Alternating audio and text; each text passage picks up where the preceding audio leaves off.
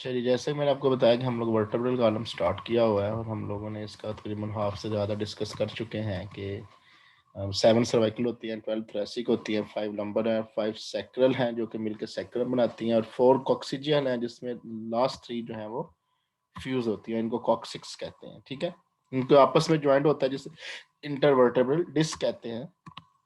ठीक है, ये नेक के बैक रीजन में सर्वाइकल थी, फिर ये थोरेसिक थी, ये फिर 5 लंबर थी, ये वाली जो नाशपाती शेप थी ये सैक्रम थी, और फिर ये लास्ट 4 जिनको टेल बोन्स कहते हैं कॉक्सिक्स। ये बेसिकली सैक्रम और कॉक्सिक्स आपस में मिली होती हैं, बॉस बुक्स में इनको एक ही बोन लिखा होता है, टेल बोन के नाम से ये किया जाता है। ठीक है, ये यहाँ पे आप देख सकते हैं कि ये यहाँ पे जो है ना वो जो है ना वो हिप बोन है, ये हिप बोन भी इसके साथ ज्वाइंट बना रही है सैक्रम के साथ।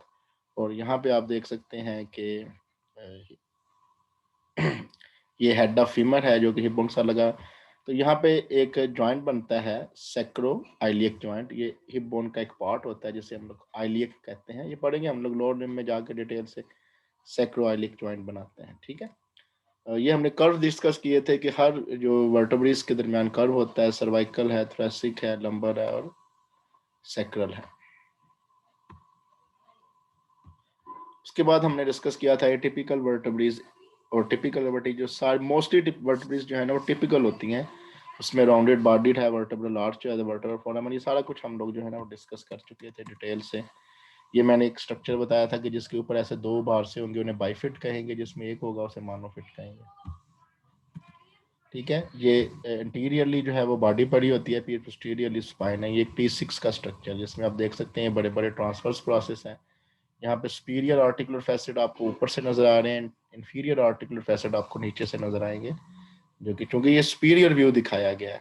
ठीक है, सारा कुछ हमने डिस्कस कर लिया था। आज हमने जो कुछ खास चीजें थी थ्रेसिक वर्टेब्रेस के बारे में वो पढ़नी थी। तो थ्रेसिक वर्टेब्रेस जो है वो कंसिडरेबली लार्ज होती हैं, क्योंकि इसमें मैंने आपको बताया था कि 12 थ्रेसिक वर्टेब्रेस हैं और 12 की 12 जो रिब्स हैं वो पोस्टीरियरली इनके साथ अटैच होती हैं। लार्जर है, stronger than cervical vertebrae and become progressively larger from superior to inferior, यानी कि अब T1 से T12 तक जाएं तो ये बड़ी होती हुई जाएंगी। उसके अलावा इनकी खास कैरेक्टरिस्टिक्स में लिखा है कि the spinous process on the T1 through T10 are long.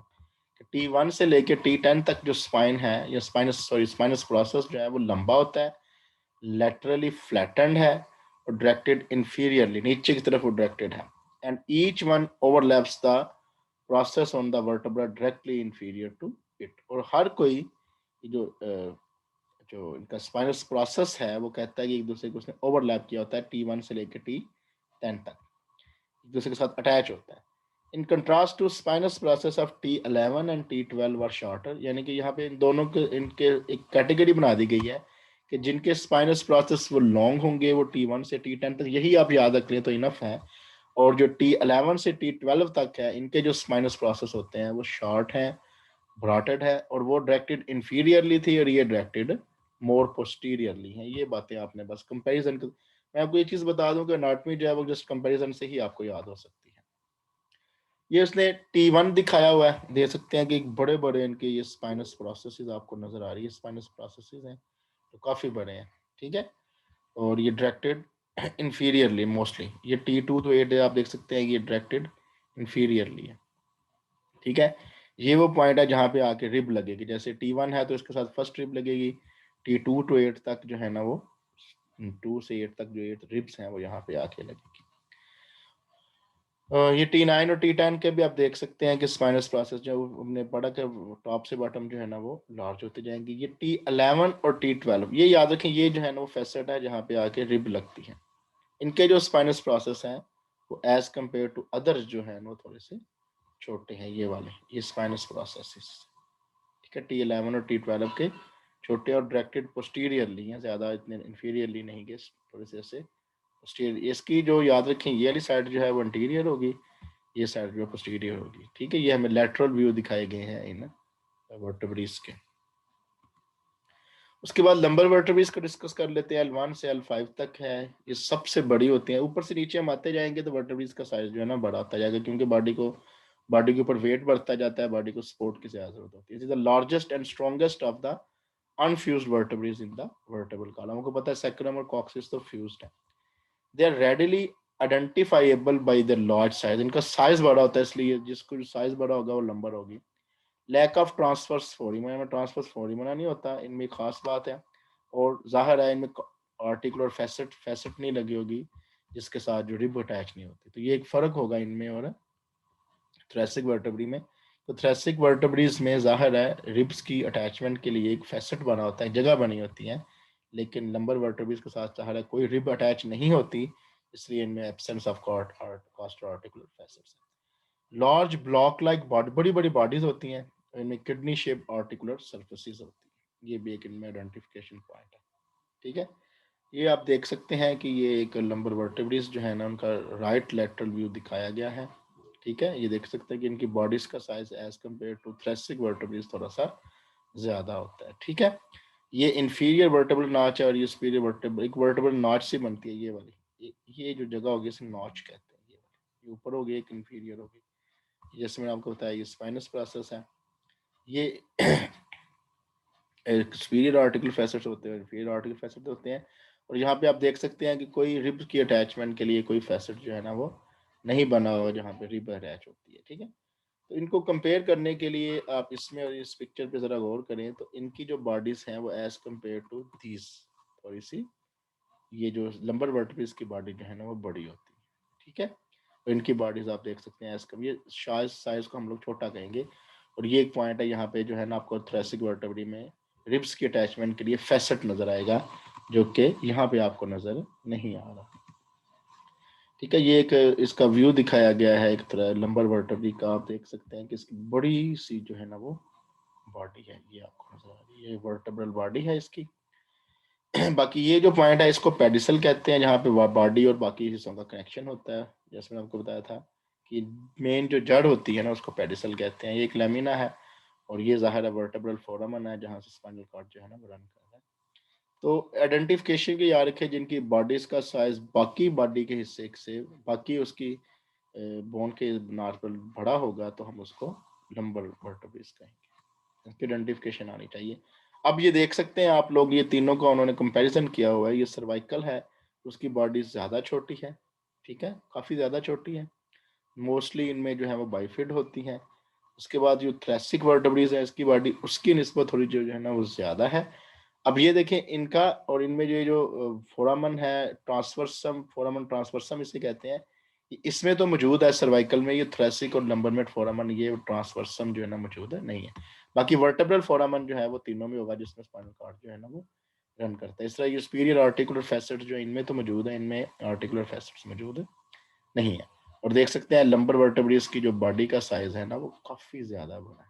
ठीक है, तो इस स्ट्रक्चर से आपको जो है ना ओवरऑल कंपैरिजन हो जाएगा इनका कि किन का जो है ना वो बॉडी, इनको आपस में कंपेयर कैसे किया जाएगा। तो छोटी वर्टेब्रेस जो होंगी वो सर्वाइकल होंगी, बड़ी वाली जिनकी बॉडी उसके बाकी हिस्से की निस्बत थोड़ी सी छोटी होगी तो उसको हम थ्रेसिक कहेंगे, और जिसकी बॉडी उसके बाकी हिस्से की निस्बत थोड़ी सी बड़ी होगी उसको हम लोग लंबर वर्टेब्रेस कहेंगे। तो इन चीज़ों को आपने माइंड में रखना है। ठीक है, एक और कंपेयर किया हुआ है, इसको आप एक दफा क्विकली हम लोग देख लें। साइज की बात करें, सर्वाइकल स्मॉल है, थ्रेसिक उससे बड़ी है, लंबर सबसे बड़ी है। फोरामना में जैसे मैंने आपको बताया कि वर्टेब्रल के बजाय ट्रांसवर्सम फोरामन जब मौजूद होते हैं, इनमें जस्ट वर्टेब्रल फोरामन होते हैं, इनमें ट्रांसवर्सम फोरामन जो है ना या फोरामन ट्रांसवर्सम भी कहते हैं या टू ट्रांसवर्स फोरामन सर्वाइकल वर्टेब्रेस में मौजूद होते हैं, थ्रेसिक और लंबर वर्टेब्रेस में मौजूद नहीं होते। ये आइडेंटिफिकेशन पॉइंट्स हैं जो मैंने आपको वाइवा में आपके सामने मैंने बोन रख देनी है, मैंने पूछना है बताओ ये कौन सी बोन है। ठीक है, स्पाइनस प्रोसेस जो है इनका मोस्टली जैसे मैंने आपको बताया बाइफिड होता है। ये बड़ा इंपॉर्टेंट पॉइंट है कि सर्वाइकल वर्टेब्रेस का मोस्टली जो स्पाइनस प्रोसेस है C2 से लेकर C6, बाकी में जाहिर इतना नहीं, ये बाइफिड होता है ज्यादातर। और देखो थ्रेसिक वर्टेब्रे का स्पाइनस प्रोसेस इसका सिलेंडर है और इसका लॉन्ग होता है, इंफीरियरली प्रोजेक्ट होता है स्वाइड T11 और T12 के। इनका जो स्पाइनस प्रोसेस है शॉर्ट है, ब्लंट है, इतना नुकीला नहीं है ये। ठीक है, और ये पोस्टीरियरली होता है। ट्रांसवर्सिस प्रोसेस स्मॉल है। ठीक है, इसमें ट्रांसवर्सिस प्रोसेस जो है वो फोरामन की बजाय ट्रांसवर्स प्रोसेस की बात कर रहे हैं, ये लार्ज है और ये लार्ज भी है और ब्लंट भी है। आर्टिकुलर फैसेट इसमें तो नहीं होते, इसमें भी नहीं होते, जैसे मैंने आपको बताया कि आर्टिकुलर फैसेट्स सॉरी थ्रेसिक वर्टेब्रेस में जस्ट होते हैं, लंबर में नहीं। Articular facet for ribs, ribs चूंकि सिर्फ थ्रेसिक के साथ अटैच होती है, इसलिए इसी के अंदर आर्टिकुलर फैसेट्स होंगे। लंबर और सर्वाइकल के अंदर रिब्स के लिए आर्टिकुलर फैसेट्स नहीं होंगे। डायरेक्शन ऑफ आर्टिकुलर फैसेट इसमें सुपीरियर और इंफीरियर है। की बात करें तो सुपीरियर पोस्टीरियर सुपीरियर है, एंटीरियर इंफीरियर है, ये पोस्ट्रोलैटरल एंट्रोमीडियल, ये चीजें हैं थोड़ी सी मुश्किल हो जाएंगी, आप ना भी याद करें कि आर्टिकुलर फैसेट्स की डायरेक्शन क्या है। तो यही दो तीन पॉइंट से ही आपको आइडेंटिफिकेशन आ जाएगी कि तीनों में डिफरेंस। इंटरवर्टेब्रल डिस्क की अगर हम बात करें तो इसकी जो सर्वाइकल वर्ट, ये भी इंपॉर्टेंट पॉइंट, इसको भी आपने याद रखना है कि सर्वाइकल वर्टेब्रीज के दरमियान जो इंटरवर्टेब्रल डिस्क हैं थिक हैं relative to the size of the vertebral bodies. इसमें थोरेसिक वर्टेब्री में थिन होती हैं और जो लंबर वर्टेब्रीज में मैसिव इंटरवर्टेब्रल डिस्क मौजूद होते हैं क्योंकि उनकी बॉडी का साइज ज्यादा होता है। उसके बाद सैक्रम आ जाती है, जैसे मैंने आपको बताया था कि यूनियन बनता है बाय द 5 सैक्रल वर्टेब्री, इसको सैक्रम कहते हैं S1 से S5। Sacral vertebrae began to fuse in the individuals between 16 to 18 years of age। यानी कि पहले ये जुड़ी हुई नहीं होती बच्चों में 16 से 18 साल से पहले, बाद में ये जुड़ जाती हैं। इसलिए हम लोग जब अडल्ट बात करें तो इसको एक ही कंसीडर करते हैं क्योंकि 30 इयर्स की एज के ऊपर आके ये मुकम्मल तौर पर जुड़ जाती हैं। The sacrum serves as a strong foundation for the pelvic girdle. और जैसे मैंने आपको पिक्चर में भी दिखाया था कि सैक्रम के साथ आकर जो पेल्विक बोन है, हमारी हिप बोन है, उसका एक आइलियक जो सुपीरियर आइलियक प्रोसेस है वहां पे, वो आकर उसको स्ट्रॉन्गली बॉन्ड बनाता है। थोड़ा सा फर्क देख लें, जो फीमेल सैक्रम है वो छोटी है, वाइडर है, मोर कर्व्ड है between S2 to S3 than the male sacrum. ठीक है, मेल सैक्रम जो है वो लॉन्ग होगी और कम वाइड होगी। ले जी, ये एक व्यू इसका दिखाया गया है, आप इसको जरा गौर से देख लें। सबसे पहली बात यहाँ पे एंड हो जाएगा L5 का, ये L5 के लिए इसकी जो है इंटरवर्टेब्रल डिस्क होगी, बॉडी होगी। ये इसकी कहने की बॉडी है या बेस है सैक्रल वर्टेब्रेस की। ठीक है, ये S1 है, ये S2 है, ये S3 है, S4 S5 ये फ्यूज हो चुकी हैं। इनके दरमियान ये जो फोरामन है, उस नाम के हिसाब से उसको हम लोग सैक्रल फोरामन कहेंगे, इंटीरियर साइड पे होगा, और पोस्टीरियर साइड के ऊपर भी सैक्रल फोरामन होगा, इसको हम लोग पोस्टीरियर व्यू है। ठीक है, तो इंटीरियरली ये व्यू दे रही है, पोस्टीरियरली इसके ऊपर एक बड़ी सी एक लाइन आपको नजर आ रही होती है जिसे सैक्रल क्रेस्ट कहते हैं। इसका भी आपने पॉइंट याद रखना है कि ये जो लाइन होगी पोस्टीरियरली एक बड़ी सी कह लें कि बार सा होगा, एक लाइन सी बनी होगी, इसे मीडियन सैक्रल क्रेस्ट कहते हैं, यहाँ पे ये लिखा हुआ। ठीक है, इसके अलावा ये एक पॉइंट होगा, इसको भी आपने याद रखना है, एक पॉइंट होगा, इसे सैक्रल हाइटस कहते हैं। ये कैसे कह लें कि एक गारनमा, हाइटस का बेसिकली केव लाइक स्ट्रक्चर को कहते हैं, तो गारनमा केव लाइक स्ट्रक्चर यहाँ पे आपको नजर आएगा जिसे सैक्रल हाइटस कहते हैं। ठीक है, ये सुपीरियर आर्टिकुलर फैसेट्स है जहाँ पे आके जाहिर है वो उसके जो प्रोसेसेस लगेंगे L5 के। उसके बाद ये कॉक्सिक्स को अभी हम लोग डिस्कस करते हैं, फिर इसको डिस्कस दोबारा देखेंगे पिक्चर को। कॉक्सिक्स जो है वो terminal end of vertebral column है, इसको C1 से C4 तक कहा जाता है। Humans may represent a short remnant of the longer tail vertebrae found in the many vertebrate species। बाकी जितने भी वर्टेब्रेट्स हैं आपको पता है उनमें दुम होती है, इंसान के अंदर दुम तो नहीं होती, लेकिन कहा जाता है अगर हम एवोल्यूशन के हिसाब से आए, क्योंकि हम लोग तो मुसलमान हैं, हम इसको नहीं मानते, लेकिन वो लोग इसको ये कहते हैं कि ये बेसिकली रेमनेंट है। रेमनेंट वो चीज़ होती है जो कि हिस्ट्री में तो मौजूद हो लेकिन नस्ल दर नस्ल वो ख़त्म होती जाए। जैसे हमारी बॉडी के अंदर अपेंडिक्स है, ये भी उसका कोई खास फायदा नहीं है लेकिन वो हमारी बॉडी में मौजूद है। It is a triangular bone that forms from fusion of 3 to 5 vertebral segments, most commonly representing 4 fused vertebrae कहते हैं। Coccygeal vertebrae कहते हैं when a person is aged between the age 20 to 30, यानी कि वो 16 से 30 तक कंप्लीट होती हैं, ये 20 to 30 ईयर्स की एज में जाके फ्यूज हो जाती है। ये आप इस पिक्चर में देख सकते हैं CO1 कॉक्सिजियल जो 1 है, इसको CO से ज़ाहिर करते हैं, सर्वाइकल को C से ज़ाहिर करते हैं, तो ये उसकी निस्बत थोड़ी सी बड़ी है। बाकी जो तीनों के तीनों आप देख सकते हैं वो फ्यूज है, ये डिफरेंट है, ये तीनों फ्यूज है, कोकॉक्सिक्स कहते हैं। ठीक है, इनमें एक भी ट्रांसवर्स प्रोसेसेस आपको नजर आ रहे हैं। ये इंटीरियर व्यू है, ये पोस्टीरियर व्यू है। इस पिक्चर से भी आपको ये चीज़ें देखें, ये CO1 है, बाकी C2 C3 और C4 है। जैसे ही ऊपर से नीचे आती जाएंगे तो क्योंकि ये स्मॉल होती जाएंगी, देन इस वजह से इनको एक ये देखें ट्रायंगुलर शेप जो है ना वो हमें नजर आ रही है।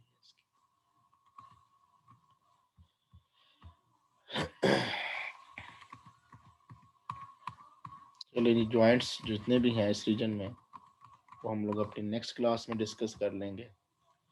यहाँ तक कोई क्वेश्चन है आप लोगों का तो आप लोग जो है ना वो पूछ सकते हैं।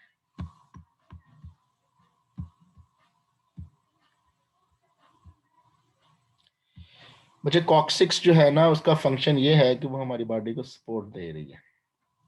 सैक्रल हाइटस का फंक्शन ये ही है कि वो उसको अपनी एक अलाइनमेंट जो है ना हमारी बॉडी की उसमें मदद देता है। और सैक्रल हाइटस जो है ना बेसिकली इसलिए बना होता है कि यहाँ पे एनएस जो है ना हमारी इंटरनली वो उसको जो कह लें कि उसके लिए रास्ता बनता है, इसलिए उसको सैक्रल हाइटस कहा जाता है। ताकि एनएस जो है ना वो थोड़ा सा कह लें कि थोड़ा सा एक्सपेंडेड पोर्शन है और जो है for the removal of faeces उसका फायदा होता है।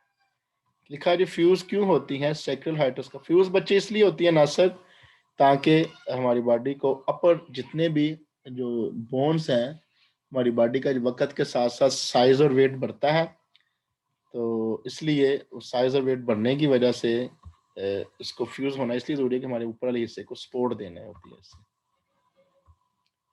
और किसी का कोई सवाल है तो वो पूछ सकता है। आप लोगों को अनम्यूट कर देता हूं।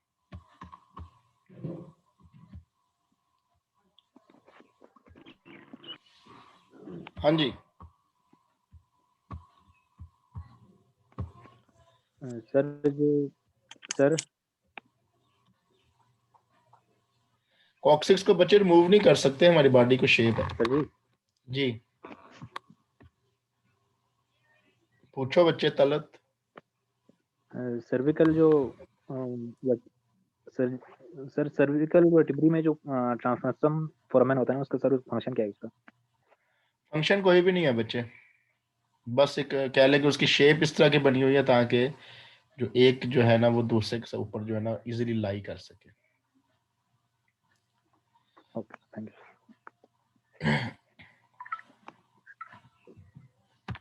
और कोई सवाल हो किसी का? सर जो हम लंबर मतलब पंक्चर करते हैं। हाँ जी लंबर पंक्चर करते हैं, लंबर नहीं पंक्चर करते, उसके अंदर मौजूद स्पाइनल कार्ड को। अच्छा ठीक है क्वेश्चन करें। वही हाँ जी, तो सर मतलब हम लोग जब स्पाइनल देना होता है तो तब हम लोग L1 या L2 प्रोबेबली हम लोग ये यूज कर रहे होते हैं ना, तो इसका क्या लॉजिक है? आपका क्या ख्याल है कि हम लोग ऊपर से उसको करने? बच्चे L1 और L4 से वो सारी का, अभी हम स्पाइनल नर्व्स पढ़ेंगे आगे जाके, वो सारी की सारी नर्व्स जो हैं जो हमारे लोअर लिम्ब को सप्लाई करती हैं वो L1 और L4 से ही निकलती हैं। इसके प्लेक्सिस हैं वो हम लोग डिस्कस करेंगे। तो चूंकि वो सारी नर्व्स जाके हमारे लोअर लिम्ब को सप्लाई करती हैं और उसको हमने पैरालाइज करना होता है, लॉस ऑफ सेंसेशन वहां करनी होती है, इसलिए हम उसको L4 और L5 को ही पंक्चर करते हैं। या L2 L3 से भी हम लोग जा सकते हैं। जितना ऊपर जाते जाएंगे उतना ही जो है वो ऊपर वाले रीजन जो है ना वो ब्लॉक होते जाएंगे। बात की समझ आई? ओके मतलब अगर सर। हम L1 से ऊपर जाएंगे तो कुछ ऊपर वाला हिस्सा जो है ना उसमें सेंसेशन जाएंगे। अगर हम T12 तक चले जाएंगे तो हमारा मे बी एब्डोमेन की सेंसेशन भी चली जाए, लेकिन इतना ऊपर जाना नहीं चाहिए क्योंकि सम टाइम अगर सेंसेशन और ऊपर चली जाए तो मे बी वो हमारे हार्ट के जो ब्लड नर्व सप्लाई है उसको रोक दे, और हार्ट की नर्व सप्लाई रोकेंगे तो ऑब्वियसली क्या होगा वो आपको पता ही है, हार्ट काम नहीं करेगा और बंदा वहीं रहता है। इसलिए इस चीज़ का बड़ा ख्याल रखना चाहिए कि नर्व्स जो है ना वो ज़्यादा ऊपर तक ना जाए। तो एक काम करते होते हैं कि जब वो ब्लॉक देते हैं, जैसे हम लोग एपिड्यूरल ब्लॉक कहते हैं, जब ये L4 है L5 तक हम लोग देते हैं तो उसको पेशेंट को आफ्टर वो स्पाइनल अनेस्थीसिया उसकी टांगे थोड़ी सी लिफ्ट करा देते हैं ताकि थोड़ा सा एक्शन जो उसका ना अब्डोमेन तक भी चला जाए, अब्डोमेन से ऊपर तक, क्योंकि हमने अब्डोमेन की सर्जरी करनी होती है ना मोस्ट प्रोबेबली, इसलिए हम लोग स्पाइनल एनेस्थीसिया देते हैं। सी सेक्शन में भी यही देते हैं नॉर्मली।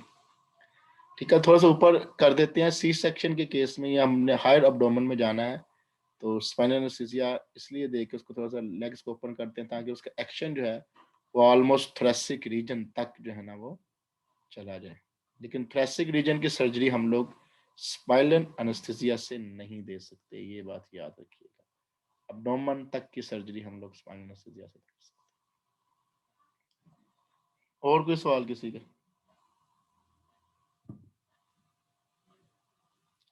समझ लग गई है मैमूना?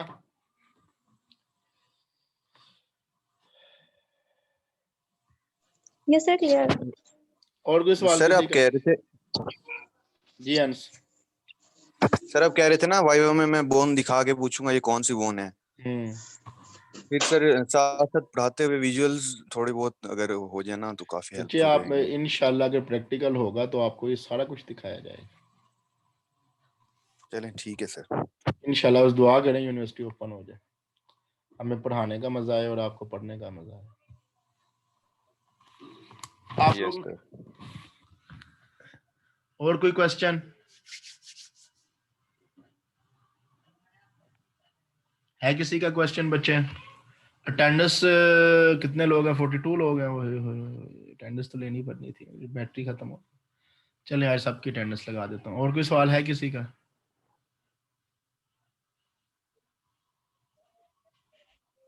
कोई सवाल नहीं है? फिर उस दिन कहोगे सर मुझे नहीं आता।